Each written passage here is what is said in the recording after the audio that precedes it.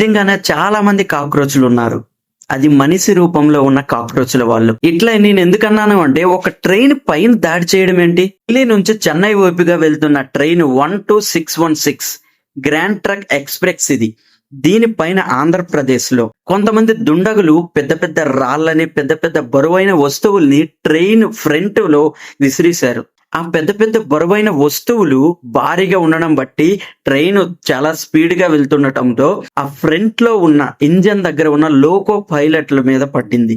ఆ అద్దాలు బ్రేక్ చేసి, గ్లాస్ బ్రేక్ చేసి లోకో పైలట్లకి గాయాలు అయ్యాయి. మీరు ఇక్కడ చూడవచ్చు ఎంత బ్లడ్ అయిపోయిందో చూడండి. వాళ్ళకి ఇద్దరికి, అసిస్టెంట్ లోకో పైలట్ కి, సీనియర్ లోకో పైలట్ కి ఇద్దరికల్లా గాయాలయ్యాయి. ఆయన భోజనం చేస్తున్నాడు. ఎంతో వేల మంది ప్రజల కోసము ఆయన డ్యూటీ చేస్తున్నాడు. అయినా కూడా అదే మనం ఎవరైనా అయి ఉంటే ట్రైన్ అక్కడొకటే చైన్ లాగేస్తాం.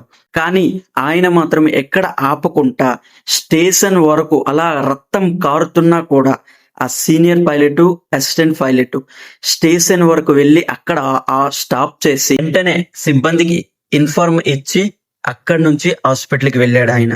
ఎంతో మంది వెనకాల ఉన్నారు. వాళ్ళని ఆలోచించుకొని ఆ పైలట్, లోకో పైలట్ అయితే, నా బ్యాక్ సైడ్ ఎంతో మంది ప్రజలు ఉన్నారు, ఎంతో మంది నన్ను నమ్ముకొని ఉన్న వాళ్ళైతే ఉన్నారా అని ఆయన చనిపోయే స్థితిలో ఉన్నా కూడా ధైర్యంతో ముందుకు తీసుకుని వెళ్ళాడు.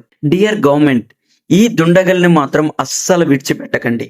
ఇట్లా వదిలిపెట్టేస్తే వీళ్ళు మరిన్ని అరాచకాలు చేసే సిచ్యువేషన్ ఉంటుంది. కఠిన చర్యలు తీసుకోవాలి. వాళ్ళని అస్సలు విడిచిపెట్టకండి. ఈ రోజు ఇదైంది, రేపు వేరే ఏదైనా అవ్వచ్చు. ట్రైన్ మొత్తం పడిపోయే ఛాన్సెస్ కూడా వీళ్ళు చెయ్యొచ్చు. జై హింద్, జై భారత్.